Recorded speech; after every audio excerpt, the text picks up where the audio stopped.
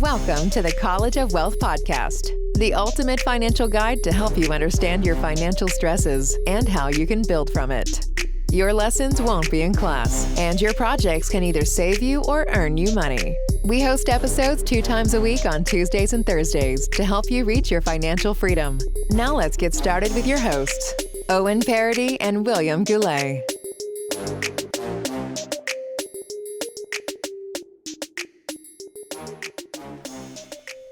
Hello, everyone. Hello. Hello. Hello, everyone. My name is Owen Paradis. I'm here with my co-host, William Goulet, and we're proud to present to you the College of Wealth podcast. Podcast. Throwing off here some visuals there. Showing to Will. I'm pointing the wrong way here. You will still that what you ended up with. You'll still be pointing the wrong way because the way that we're displayed here is not how I edit it. So. Okay, so that's it'll even look better. even better for our visual viewers. I love it. So basically, we do like to go into this is a financial podcast that teaches you the latest and greatest information about money, because at the end of the day, this is a crazy money-making world. Yes, crazy in more than one sense. I find that today was actually a pretty good Monday, so I won't say crazy in any sense. I refuse that statement today, Owen. But okay. Money-making world, as always, how can I refute it? I make money, you make money, everyone makes money, It's true. Good point. Very good point, Will. And because it's money-making, and we talk about that money-making, we do like to go and say that this podcast is for entertainment purposes only. Yes. It's really okay. meant to go in. Hello, if I can say something. Okay. Yeah. Yes, Will. I have something to say. So entertainment purposes only, I agree. No, I disagree, because the only part is what sort of peeves me, because I like the information that you gather, and I want us to keep including that as part of our value proposal to our viewers and listeners. Okay. So yeah, I sure. think I agree. If we were to start including that, I actually spent a little bit of time yesterday coming up with cool little terms for it. I thought we could make like a one word, like a new word, like something infotainment. That way we have the informational part and the entertainment part. No, what do you think? Yeah, that's good. That's really good. I like that, Will. And I think I agree. I think it accurately proposes our value to everyone who is listening. I agree 100% with that. I couldn't say it better, because in reality, that is what the College of Wealth podcast is. It is infotainment. Yes, and, it sure is. And because it's infotainment, we like to also advise that both Will nor myself are not financial advisors by any means here. Certainly not me anyways, Owen. I'm not either. I'm definitely not. Yeah, but true. At least we studied business. We both have a bachelor's degree in business. I work finances. Will works, I was going to say accounting, but I'm pretty sure it's marketing. Couldn't be me. But, quite frankly, couldn't be me. But Will works marketing here. And I guess I just go and say that I'm just trying to say this because to validate the information that we provide. We're not nobodies in that sense. That's the buzzword. Validate, and not just in any kind of way. Valid in a Gen Z way, with the check mark and everything beside. Yes, exactly. That's not going to age well, that portion of the intro. It's got like a 2-month period. Yeah, but it's all good. I enjoy it. It's also quirky in a sense for the podcast, the entertainment part. But we also have 2 other reasons why we do this podcast, and they're also really important to us. Oh, okay. Okay, sure. I'm listening. Okay, so in this case scenario, I'd have to go and throw in that the first part to this is that we like to go and save money. Yeah, I think it's really important to be saving money on this, just in this crazy money making world. True. Oh, I have one. I have another one actually. Okay. You may be thinking what I'm thinking about here, so I'm gonna let you say this. What is it? Maybe we should say it at the same time and see if it's the same thing. Okay. 1, 2, 3.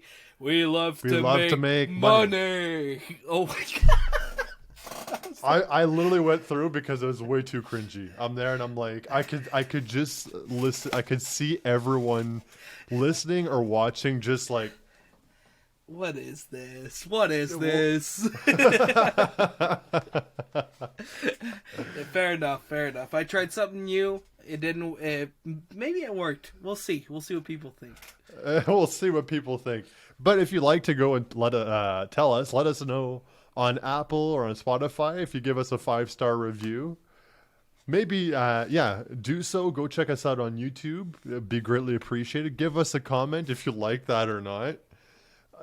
Subscribe to us, obviously, or check us out on TikTok or Instagram at College of Wealth Podcast as well. That would be an awesome way to reach out to us.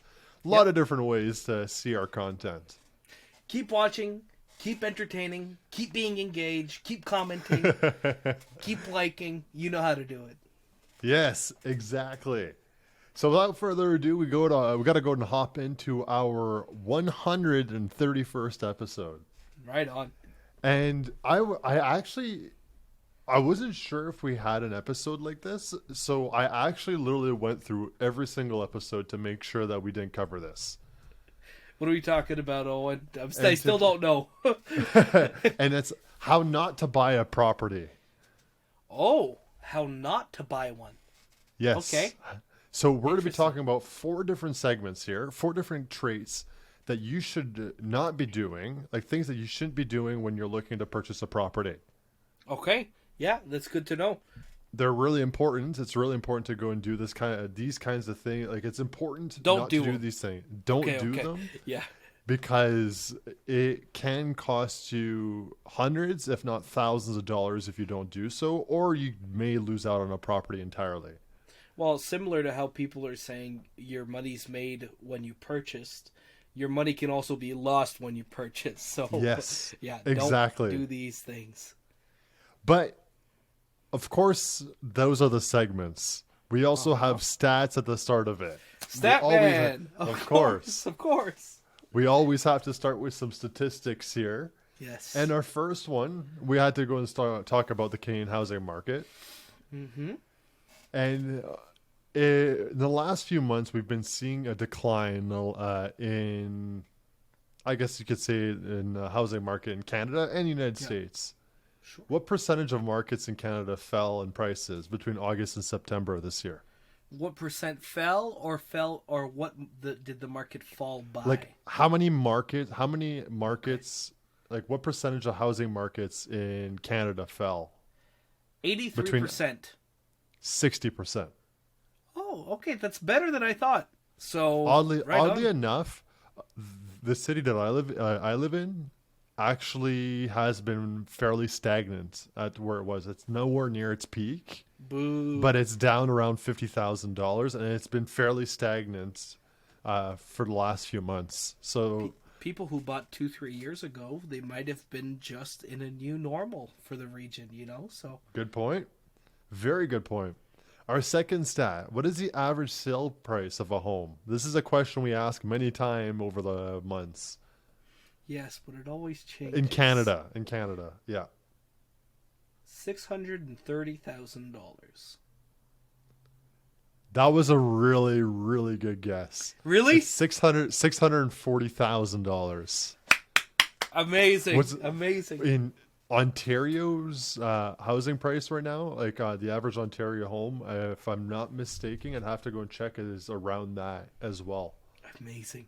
So I'd have to go and see. I'd have to go and see. Yeah. And for reference, in Canada, last year at this time, or in September, the average price was $686,000. Now, you know what? That's has gone down 50,000, similar to the your region that you're talking about. Yes, exactly.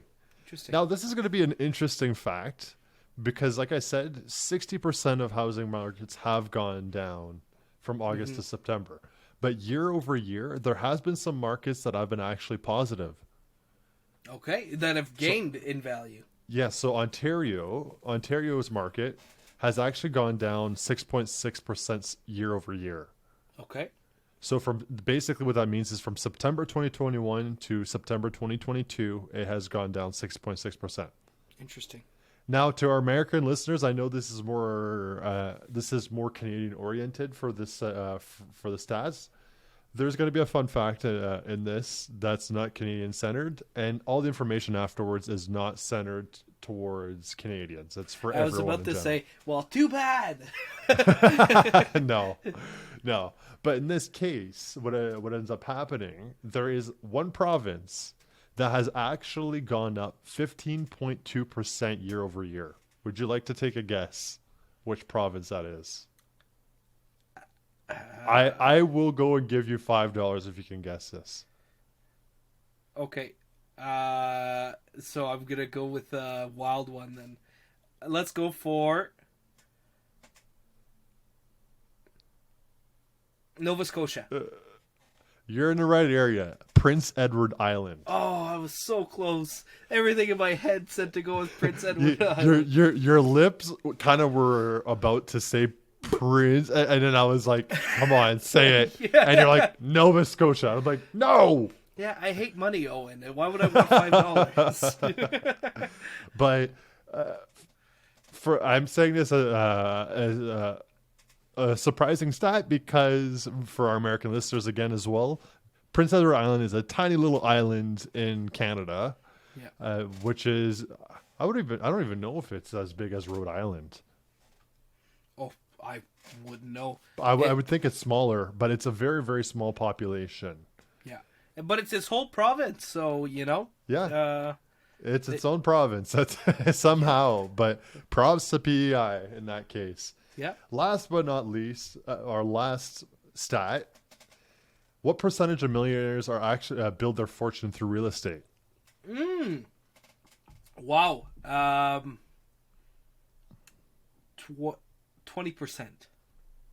90%. Are you kidding me?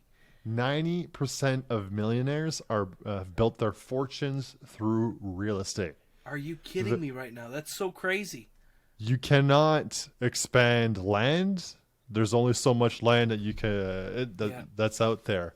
So there's a lot of potential in real estate, to say the least. I've had this idea for a few years now that if I were to have a lot of money, what I'd probably do is I'd buy land in the United States because they have lots of land and people are always looking to go to the United States for the economic opportunities that are there. True. So I was thinking, I'm like, eventually they're going to keep building out, So maybe you won't get rich, but maybe your grandchildren will, That's a good point.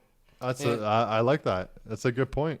That's what Bill Gates has been doing, apparently. He has 1% of the land. It's the farmland. Yes. I've heard that as well, that he owns a lot of farm. He's the biggest landowner. I thought of it first, Bill. I thought of it first. I'm the youngest William to have thought of it. I also have to add this fun fact. And I'm going to actually make you guess. What is the most expensive home in the world, Will? Oh, okay. I think I've seen this one, actually. It's really pricey. $250 million. Is it not? Those are rookie numbers. You gotta pump those numbers up. Well, okay. Give me a second guess. Hold on. $3 trillion, and it's a monarch that has it. $3 trillion? I don't know. It's a super estate. They own the country. You could buy a whole country with that. That would mean that an entire building would be the country itself. I guess, real estate would be building, not I don't know. Let's divvy it by 1,000, 3 billion. $5 billion. Where is a $5 billion building? Well, Buckingham Palace, of course. Oh, okay.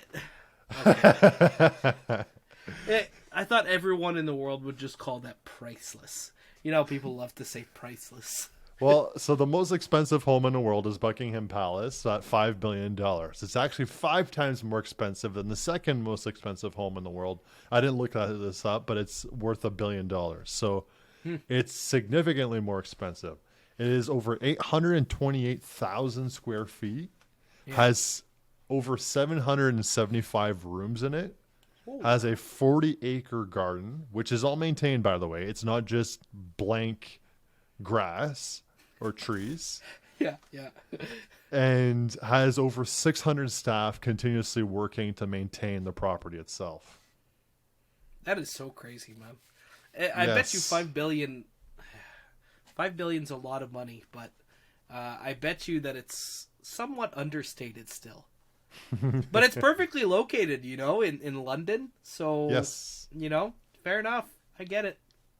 I'd like to know what the Buckingham Palace was worth at its peak of, like, let's say January of 2022, if it's gone down in price. Oh, yeah. How much money did they lose from their real estate, huh? How about that? Are you guys going to pay the taxpayer now, huh? So now we got to go and hop into our segments here. We're to discuss our first segment, and I find this one is extremely important. Mm-hmm. If you are planning on purchasing a home, do not go and make big purchases, or do not change careers. Oh, yes. The changing of careers one, it really makes sense. So don't make any large life events. So it's fine if you start a job a year ago or 2 years ago, that's totally fine. You can actually get written consent from your boss saying we're not looking to make changes to his job, or he's been a good performer, like a recommendation letter. Okay. You can actually get those to leverage the approval. Really? I didn't know that. Yeah. So if you haven't worked that long, and I'm saying that long, I mean you've worked for maybe a year or two or something like that, but you're in a stable position, you can actually get yourself a letter of recommendation from your employer, just to help you out. But if you're in a risky position, this can be a little bit more difficult to do. Yes. Well, I remember when I just got out of school and going into the work market. How's that work? The job market? Job market, that's what it is. When I got into the job market, I had a month or two of that I was on the job. Everything was going well. I called up. I'm like, hey, I'd like to get pre-approved. What am I looking at here? They said, well, look, you got to get past at least a 3-month period, probation period. Because then they need to have a justifiable cause to fire you. But if you're within that 3-month period, they can say, goodbye, and kick you out. Well, that's just it, and it's a reasonable point. So if you've been there for a year or something like that, and you built a rapport with your employer, then you can go and ask them for that letter of recommendation. That can also help you out. True. And in this case too, if you're looking, like if you're deciding to, let's say you got pre-approved for, let's say $400,000, $500,000, $800,000, whatever amount you got pre-approved for, which is great. Don't go and make large purchases like buying a new vehicle, or unless you absolutely have to. Then at that point, I would go and put my home buying on the back burner for a while. Yeah. Yeah. But or start buying furniture. Like, let's say you got the home approved and everything, and congrats, the offer was accepted. Well, then you start buying a whole bunch of things. You start buying the furniture. You start buying a whole bunch of equipment. The bank will go and say, "Oh, hold up. We don't like this. Yeah.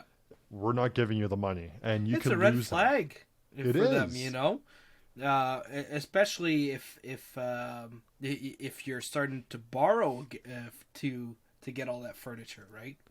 Well, that's it. Like, the goal of this here, if you're intending to go and purchase furniture, if you're planning on doing renovations is a given. I saw it online. People got to get out of their head that you're not buying a new home. You are buying a used home. Unless you're buying yourself a home that's just pre-built, you're still going to have to make modifications to it to make it your home. Yeah. A house is not a home without your touch. Like, I I sound cringy saying it, but it's true. You gotta make paint the walls. That costs money. Go and put an addition on it. That costs money. Redo the floors. Everything about a home is going to cost you money. It's true, and you're so right. The personal touch is what makes it a home. You know? That's it. And if you're planning on making those purchases, or if you're planning on doing renovations, bake that into your budget. Yeah. So if you're planning on purchasing, let's say you were accepted for $400,000, well, look for a home that's $350,000, and then you can go and work within that instead of buying yourself a home for $400,000 and now you're screwed because you don't have any money to actually work with here. I've actually heard of people getting a line of credit or something similar to it for the difference, so that they can finance their renovations like that, rather than, let's say, I'll just do it on my credit card or something like that. You know, for example, if someone's looking to flip a home, then sometimes that's options that they can look into, knowing that they're going to get it paid back soon enough. Well, there's a difference there, because you're trying to go and make a return on your investment. That's right. Whereas if you're going to go and purchase a home, that's a different story. Let's say you max out your credit. Well, now you have the serviceable income that you have, and now you have to add in your payments that you're going to be making towards your line of credit or your credit card or etc. And now, instead of having 40% or 35% of your income going towards your mortgage, you're basically paying 50, 55, 60, 65% towards anything else, toward basically what revolves around the home. Yeah, exactly. So, and I actually was seeing that the average home right now takes about just under 64% of an income to service a mortgage. Whoa. In Canada. Yes. 64? 63.9% of an income to service a mortgage. Holy mackerel. But the other thing I need to add is if you are alone. If you are in a relationship, you can split that. Okay, yes. And then you're counting double the income. Well, exactly. That's exactly. And I fell for the same thing you said. I was like, oh my gosh, 64%. How can you afford that? And then after, it's like, oh, hold on, that's for one person. But even then, it's not. It's going to be difficult to purchase a home if you don't have a lot of money, especially if you're in Toronto or something like that. Or a roommate, you know. Or a roommate. Yeah. We literally spoke about it. How long ago was this? I rented out from this. I rented out from this woman in Toronto, and she was just purchasing this condo. It was a brand new purchase, and that's why she was looking for a roommate. She's like, this is an expensive condo, and I need a roommate to be able to make my payments. So we rented to something that added up to just about half the expense, and boom, there you go. There you go. Yeah. Can't go wrong for you. It's a win for you. You got yourself a place to stay, and she has someone who's servicing the mortgage as well. Yeah, exactly. And for her, it's a no-brainer, like it just one. Well, imagine, I'll give you a rough number, $1,300. Yep. If you can't make $1,300 up by not having a roommate, that's a pricey month, man. It is. It's going to be very expensive. Exactly. Yeah. And it basically kind of sort of wraps up around to what we were saying about making those major changes. So if you're not able to service those debts or anything that pops up with the rainy day fund or anything, don't start making that loan expecting to pay for your large expenses like your car or furniture. Yeah. It's going to be very, very difficult. So that kind of wraps up the first segment here. We're now going to be diving into the second one. And this one I think was interesting, but I also I find it's also important to discuss the fact that there are different mortgages out there with different rates. Okay. So first of all, it's important to get pre-approved. It's also very important to shop around for your mortgage. Getting yourself pre-approved and getting a mortgage are two different things. It's true.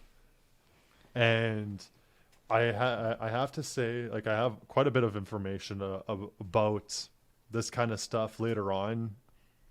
But mortgages today are, or how can I say it?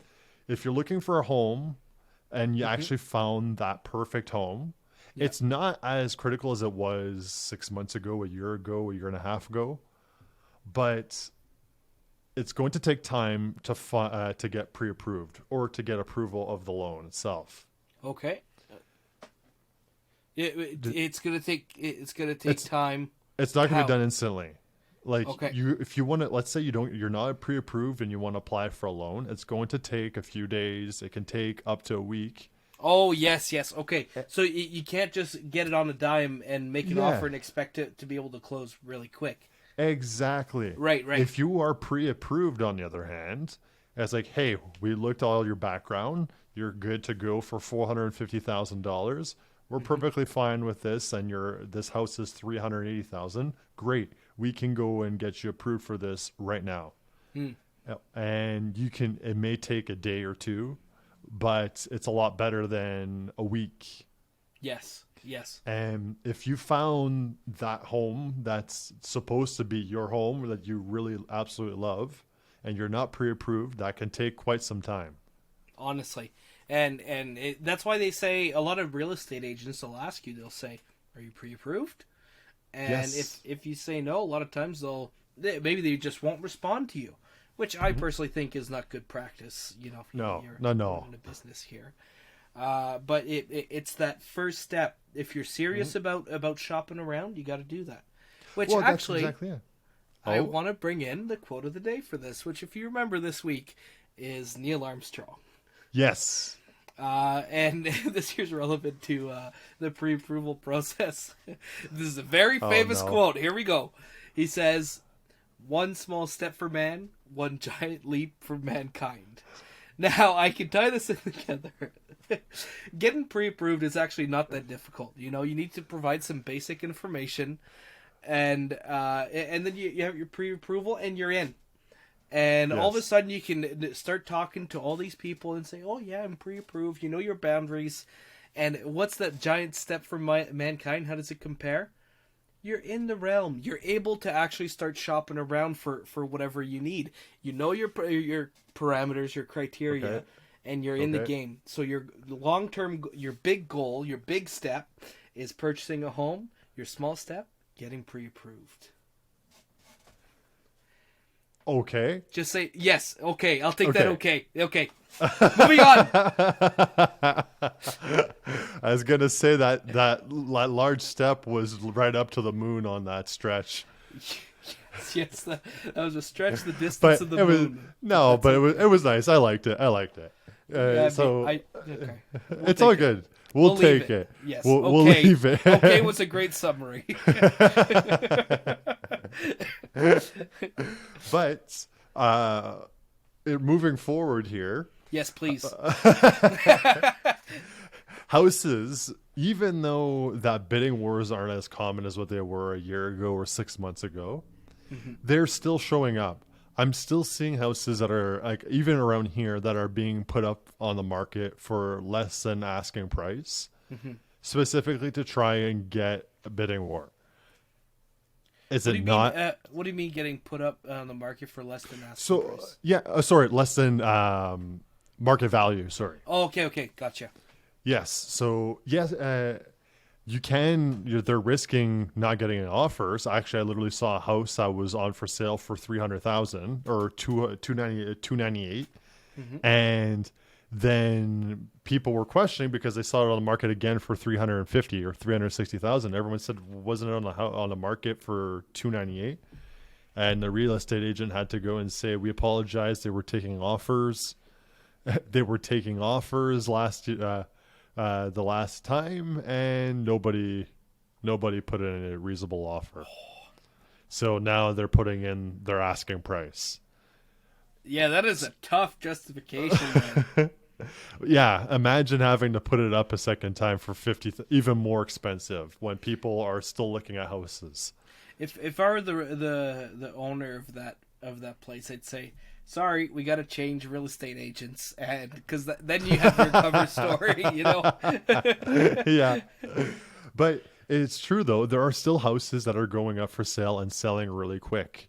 Mm-hmm. Like, there are still like really good deals coming about. I've seen houses around here selling within 2-3 days. Well, Within days. Like, so it's important to have all your ducks in a row. And not every house is the same. Not every house No. is enticing to people. Not every house is well decorated. Not every house is turnkey, and not every house is in the right neighborhood. And to have that combination, some people, they have it. You see the listing online, you're like, holy crap, this place is perfect. Everyone's going to be bidding on this, and you can just tell.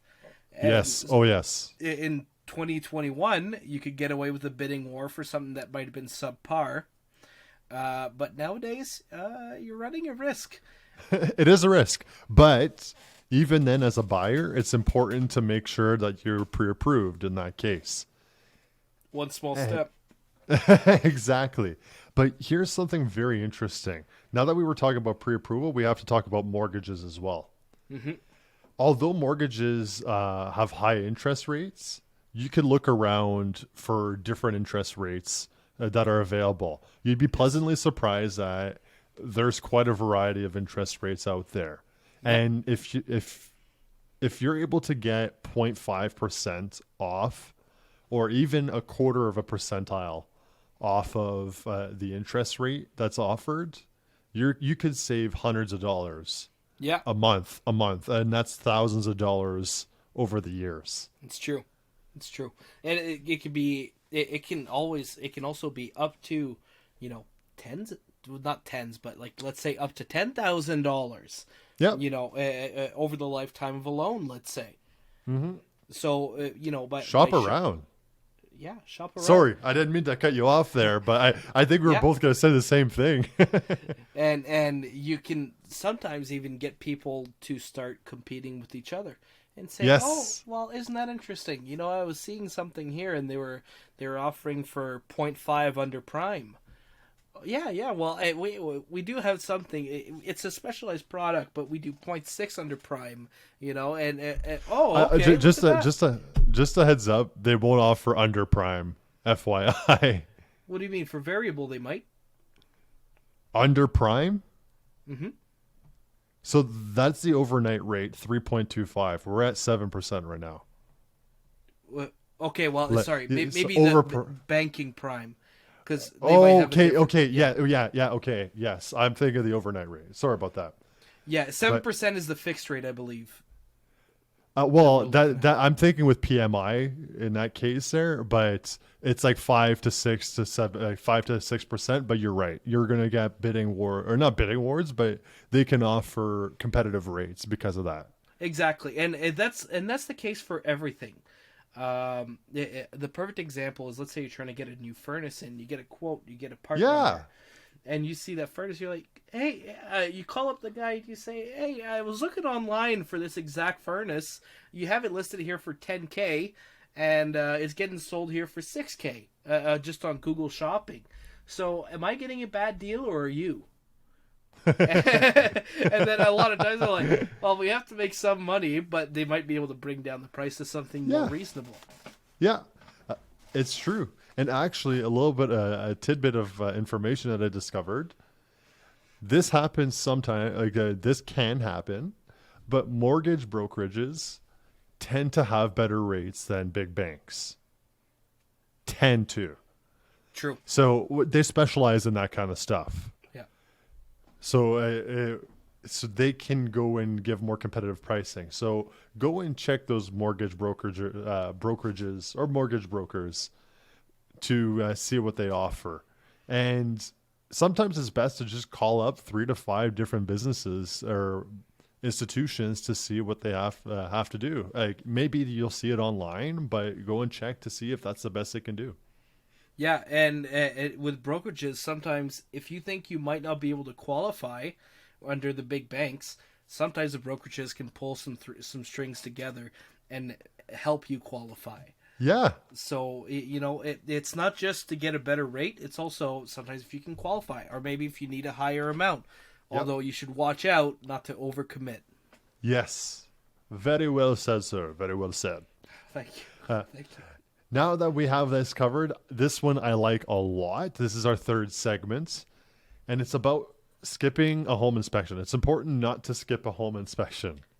Never.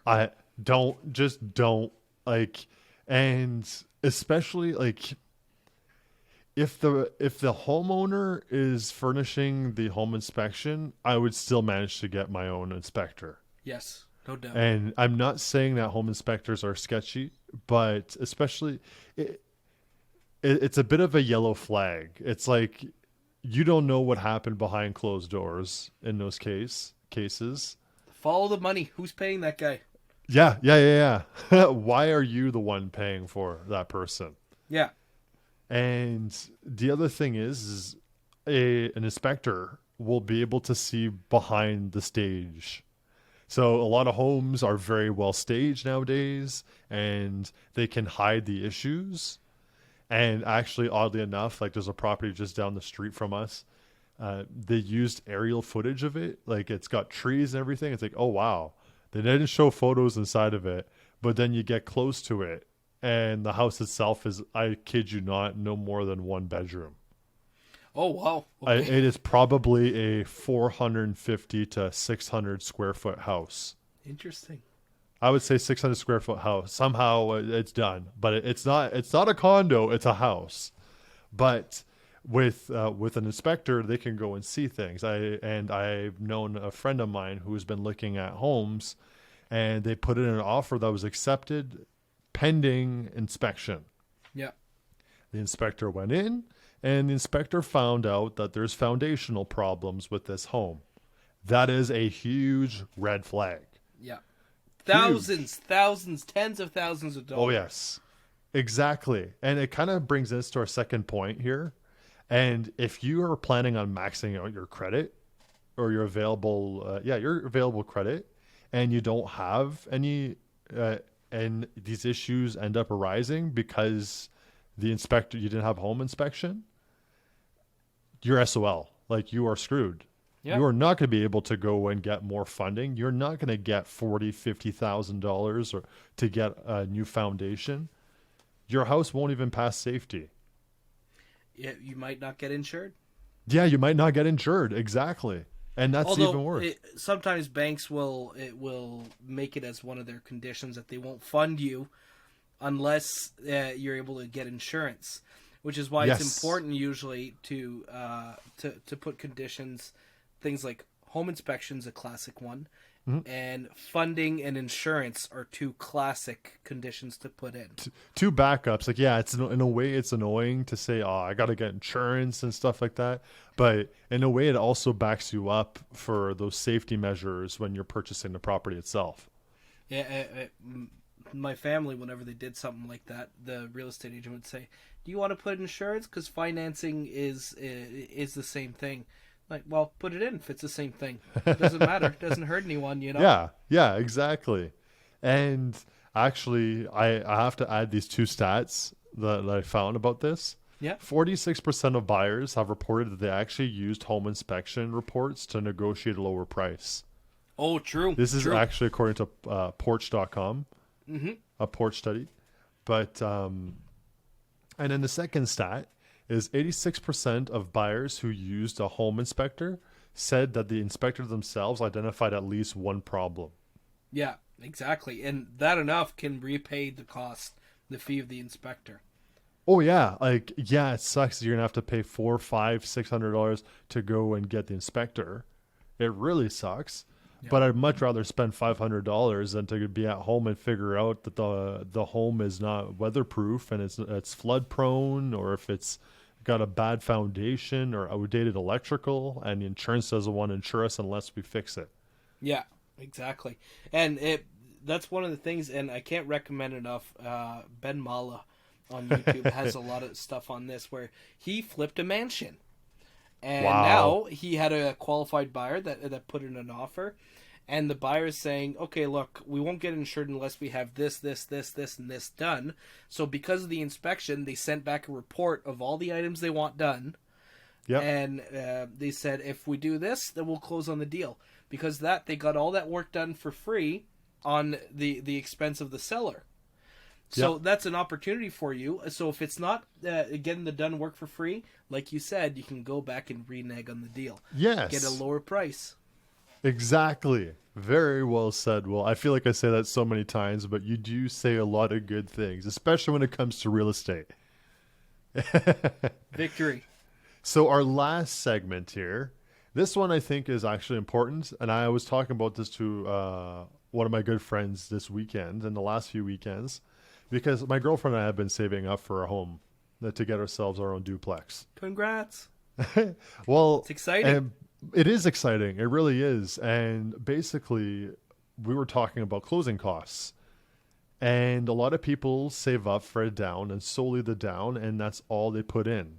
And they don't consider the costs when it comes to closing on a property.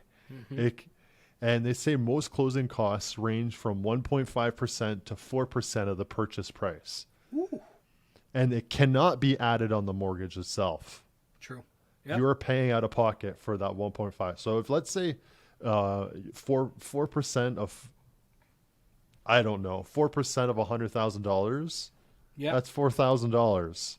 Pricey. Now do that with 400,000. That's $16,000. Yeah. Or that's a lot. And that's literally what we like. I remember telling my girlfriend, like, I was like, okay, well, we're thinking about saving up like $40,000. And it's like, okay, well, I'm thinking, to be pessimistic, 20,000 going to closing costs. Oh, do we really need that much for closing costs? And I'm like, well, if we don't, then we can put more on the down. But at least we have that put aside. Yeah, fair enough. And one thing you want to be careful though is, I get that you don't want to overshoot the closing. You don't want to undershoot the closing costs. Yes, but you also want to try and get a more realistic estimate. Let's say if it's 2%, and you missed out on 6 to 8 months because you had to save for that amount.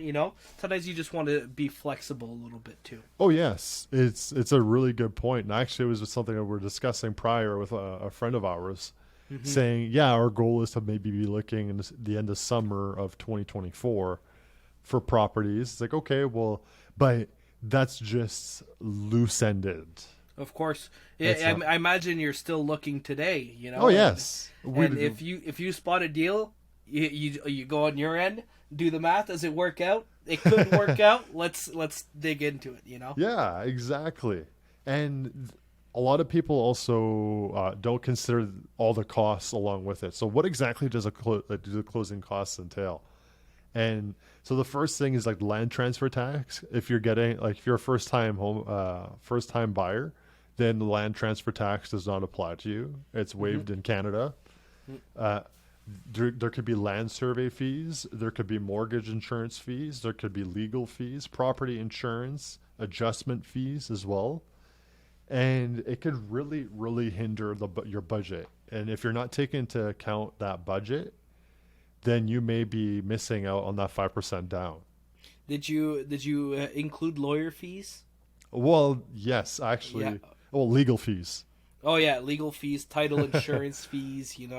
Well, I was actually going to go and add some other fees that you may come about, such as prepaid utilities, because there are some people who will pay outright for the year for their utilities that you would have to go and buy out. You have to go inspections. There's deposits. There's tests that may have to be done depending on the water quality. True. There's appraisal fees that can also be added. So there's literally, I just named probably close to a dozen different fees that can be added. That doesn't mean that it will, but it can be added to your closing costs. And don't forget beer. Or as I like to call it, moving fees. If you get some friends over to help you to move in, It's true. It's true. And those are certain things that people don't realize when purchasing a home. Yes, the mortgage is a critical component. It's one of the biggest expenses you're going to have for the next X amount of years. But there's also many other things before everything is said and done that you're going to have to. And if you don't have that money put aside, and you only have it for the 5% down, you won't be able to close on a property. You know what they say, if you fail to plan, you plan to fail. Yes, actually, that's an awesome way to say this episode, because none of these points here, or none of these segments, I should say, would all these segments are avoidable if you plan. If you tuned into the podcast. If you tuned into the podcast, exactly. So with that being said, my name is Owen Paradis. I'm here with my co-host, William Goulet. We're proud to present to you the College of Wealth podcast. Peace. 2 fingers peace. This has been your daily dose of motivation with the College of Wealth podcast. If you enjoyed the show, make sure to leave us a positive review on Apple Podcasts and Spotify. It would be greatly appreciated. Thank you for listening, and until next episode.